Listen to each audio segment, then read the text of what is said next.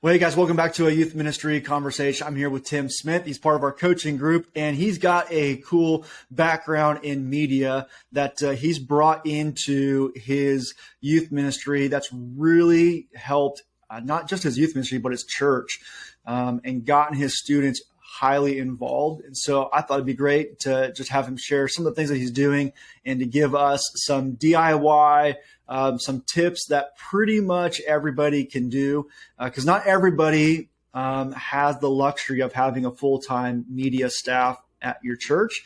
And speaking with people, I know this, that even if you have a full-time media team, oftentimes in the youth ministry, we're still having to do a lot of this stuff on our own. So I don't think that there's really anybody that, is totally out of the woods of having to do some of this stuff on our own. So Tim, man, jump in, give us some tips. What are some things you're doing, and what are some things that you think we can add into some of the stuff that we're doing?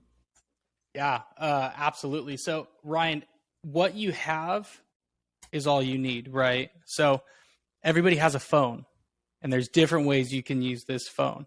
Let's say for us, we do a 30-minute hangout session before youth group. So having students take photos, take selfies, do something like we have a volleyball net, having the students involved. Hey, take 5 selfies, make it a fun thing. Hey, the one who sends me the 5 selfies of you and your friends. And then you just post them on a reel on Instagram and just say, hey, Wednesday night kicked off again tonight, type of thing. You can go as simple as that to, getting a tripod. This is like a little $60 tripod off of Amazon, and you can attach your phone here and record your sermons. You can record videos. You can record the tortilla challenge, like whatever's trending at that moment, jump in and be a part of, and go from there. It's because then you can film your messages. You can do sermon clips. You can put those on Instagram, Facebook, whatever, MySpace if you still have it. But the other thing too is these things I think are like $20-$30. Plug this into your sound booth, right? Plug this into wherever your sound is, and you have clean audio, and you can start a podcast. So for me, I have students that are in marching band and stuff on Wednesday nights, so they can't come to youth. So on Thursdays, they'll hear the message and they'll still get church from it. So everything can be ran from your phone. Just make sure you have a charger so you're good to go. But you can do things from that. My biggest thing that I love doing is plugging our students in, right? I have students that aren't very tech savvy, but they're creative on TikTok. They're creative on Instagram. And so I just tell them, hey, here's my phone because I have the social media. Here's my phone. Rock a TikTok dance or a challenge or whatever. Get 5 to 6 people with you, and then we'll post it, right? And just have fun. And then it's turning those moments from creating TikToks to 5 years down the road. They can be like, man, remember we did that, right? They wanted to teach me a dance, and man, I looked awful. It was so bad. But to this day, 4 months later, they're like, Pastor Tim, remember you did that dance? That was so cool, right? It's capturing moments and keeping them as memories for a long time. But what it does is it creates an ownership too for students, right? Because youth pastors and youth leaders, we're busy. Like, we got to take care of everyone else. So if we say, hey, man, pull the good out of someone. Hey, man, I love what you do on Instagram. I love what you do on TikTok. Could you help our youth group with that too? Could you give us like tips on what to do? And then they'll just be like 9 times out of 10, like, oh, I'll just take over and do it. So having kids be involved in that, which then puts them inside a leadership and a discipline to where it's like, okay, I want to present the best. And it really helps out. But your teenagers are more trendy than you'll ever be, right? They're in it. So when you give them the ownership to do it, it helps out. I mean, I have students all the time that text me. They're like, we should totally do this. So I have a list of things for at least the next 6 weeks that we can produce quickly for it. But then it just gets them really excited to come to church. It gives them a sense of ownership. And it really helps them. Like if you have a camera at your church too, like I have a couple cameras. So I teach our students how to use those cameras. I teach them what to do. It started off with 2 guys that wanted to learn how to do that. So I put them on our podcast, which was just a fun little segment. Well, now it's a team of 7. And not only are they helping us with our podcast, but they're actually overseeing the broadcast and production for our Sunday morning services. So from something that was an interest for them something that they were like, this would be cool, is now something that they're invested in. And they're here, they're weekly, they're serving, and they took our, not only our youth group, but they took our Sunday mornings and our church services to a completely new level. And all it was just giving them an opportunity to say, hey, come and join the team, come and help make this easier for people to meet Jesus.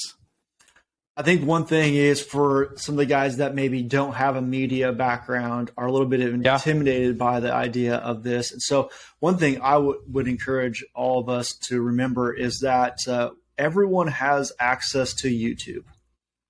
Absolutely. And it doesn't have to be you that learns it, right? Like I just heard a story yesterday of a guy who had a kid that wanted to get involved.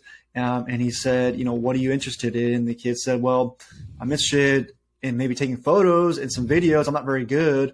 And so the guy was like, if you can learn it, you're in, right? And so the guy went out, he found a camera, got a camera, and jumped on YouTube, and he went to school and he taught himself.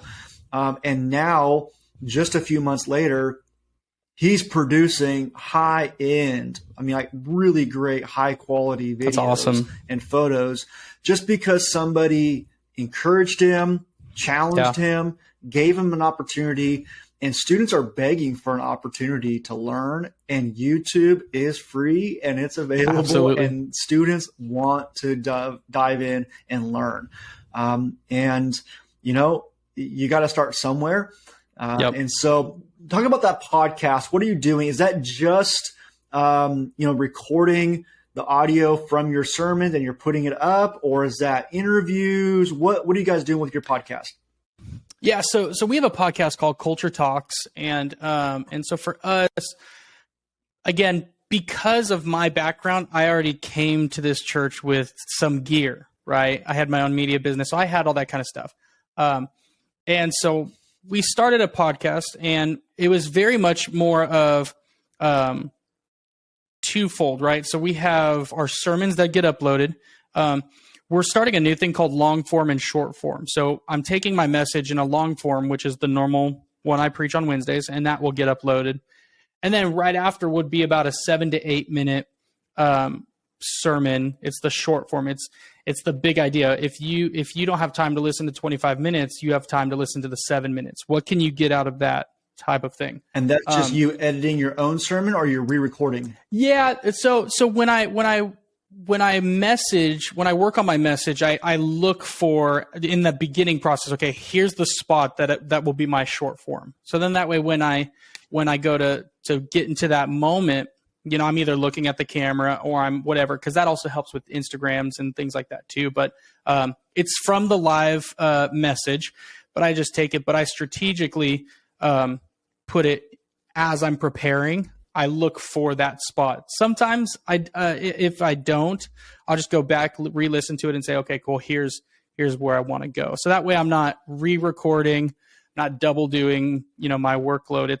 It's there. And then the other part of the podcast is just, I get a bunch of students together. We play a game. We played the heads up game on our phone, and we set up 2 cameras just so it kind of gives it that feel. We're around a table, and we just talk. Like our last podcast, we talked about summer camp, because, summer camp was coming up, and our podcasts typically run anywhere between 30 to 45 minutes, depending on what it is. But we open up with some interviews, some fun stuff, and then we do hit like about a 10, 15 minute topic and let the students kind of go and be personal and relatable and share, what God has on their heart for it. But that's that big one. And then we're actually launching September, October, an all girls podcast called Here's the Tea. And that's strictly just for the ladies of our youth group and stuff, and have fun with it too. So it gives it some different themes and different styles, but it's just, at the moment, we're able to have fun and our students want to be involved. So we're just kind of rolling them out. Okay. So let's get a little bit geeky here. So is that all under one, Culture Youth podcast, or those separate different podcasts themselves, or is it just all under the one heading, Culture Youth kind of thing? Yeah, all of it is under one branch. So it's Culture Youth SD, YTH SD. And then, so when you go to Culture Youth SD, we're streaming over 32 podcast platforms. So you can go anywhere from Spotify, Amazon, all that stuff. And then there's different episodes. So it can be the episodes of The Message. And then Culture Talks is in its own episode. So we're in season 2 now, episode 1 type of thing. And then Here's the Tea would start off with season 1. Cool. So you can get all of them under one umbrella. So you're not having to have 4 or 5 different, podcast streams. It's the same one, just different types of episodes within that same one. Okay. Now, now let's get real nerdy. What's your backend? Are you using Anchor? What are you using as your kind of your host site there? Yeah. So the housing for it is called Buzzsprout. Okay. And it is, I think we're paying $30 a month for it, for the platinum, just because I also help out with our main service too. So we have 5 languages here. So we have all of our different campuses and stuff all together. But Buzzsprout, they're phenomenal. All we got to do is just upload it, put in our text, our description, our image, and it does the rest. We had to go in at the front half and log into Pandora, log into all the different places we wanted to reach for the analytics heavily. But then they just push them and we get notifications. So Buzzsprout, they are my favorite podcast ones right now. So cool. And if you're looking for something that's free, I have used Anchor as well. So that's a free version. And there's lots of other ones. And again, you just put it there and it automatically pushes it out to all kinds of other streams for you. So you don't have to do that. But great insights. Just thinking, how do I get students to do and get more involved with challenges? And this is an area for me that has helped me stay in the game longer, is to invite students and ask students to stay in that conversation. Hey, what is the latest trend? Open yourself up so that you're not having to spend 5 hours every day on TikTok and whatever the latest platform is. You're not having to do that, but just asking the students, hey, this is what we want to do. Can you help me stay up on what the current trends are and what the challenges are? We want to do those and we want to be a part of that. And can you help us? So now you've got 5, 6, 7 other people looking out for those trends and giving you ideas, as opposed to you having to do it all, because it's almost impossible to keep up with what is the latest and greatest. So memes or trends or challenges, whatever, invite them into that conversation. So Tim, hey, so thankful for your time. Great advice. And guys, we look forward to having another conversation here soon. Awesome. Thanks, Ryan.